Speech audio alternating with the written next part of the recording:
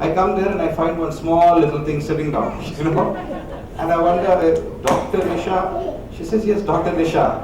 I said, okay, all right, fine. And then we start all this conversation, and then she gets into the pulse of my wife, and she starts saying a few things. And by the way, I've been in the IT industry for 24, 25 years, both in India and abroad, so when I sign millions of dollars worth of contract, I can see and trust. So something about this lady was saying, this is different, this is different. Then very reluctantly, being a typical knuckle case, I said, Doctor, yenuடைய pulse பாருங்க. And she said something which threw me off.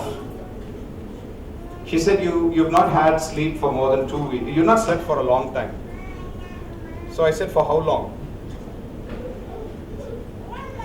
Check. Thank you. So I said, look, for how long? And then she turns around and says 2 weeks. And that was spot on. It was absolutely the actual situation when I was working on a long project and I had not slept for 2 weeks. So I said, here is something. But even then, the salesman and the business development manager that I was, I said, is it pulse reading then? What has pulse reading got to do with healing and all of this? So it went on and on. So then finally, to cut the story short, I just told doctor, I said, okay, my wife and I will just think about this and we'll come back to you. So we just only went as far as the staircase and my wife said, nothing doing, we're going back.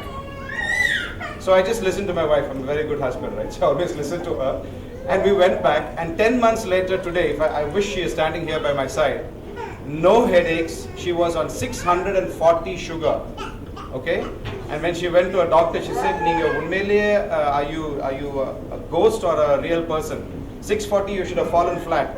But she is today no insulin, no tablets, nothing. She had pressure, she had thyroids. One by one, every one of them very systematically went. Okay, and what possibly ended up in this success story is two things. One is the consistency with which doctor was working, and something in her that made us feel that we can trust this person, and so we have this trust. You need two hands to clap and make a noise. Okay, and therefore it's not just the doctor being good, it's also the trust that she induces in us as patients. And that's what I learned from her. And that's the healing that finally I decided to get into. So I said, when I saw my wife improving dramatically in a matter of 2-3 months, I said, Doc, I've got a problem. For 20-25 years, you saw the video clip there with a guy whose face was masked, that was me.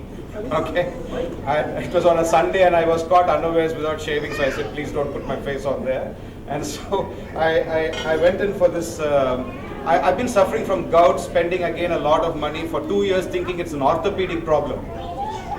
But today I'm standing straight here and I've just come out of a terrible situation where, as she said in her presentation at one stage, it's never alone. A problem that we come with and say we have problem A is never problem A. It's A plus B plus C plus X plus Y plus Z. It always comes in groups. And when it happens like that, it's only a person like this who can find out because of the application. So for me, this experience is more to do something with the trust that I found and was induced when I saw the person. What do you look for in a doctor? You look for nobility. You need a noble person. You need an intelligent person, not some quack, right? You need an intelligent person. You need a simple person.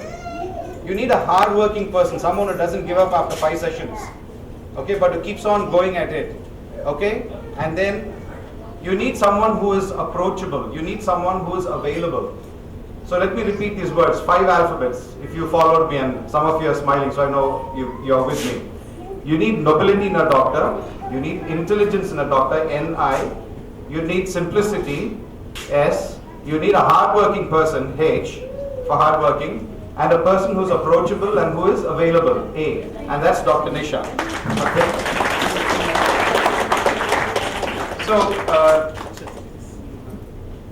So Dr. Nisha has gone to the next stage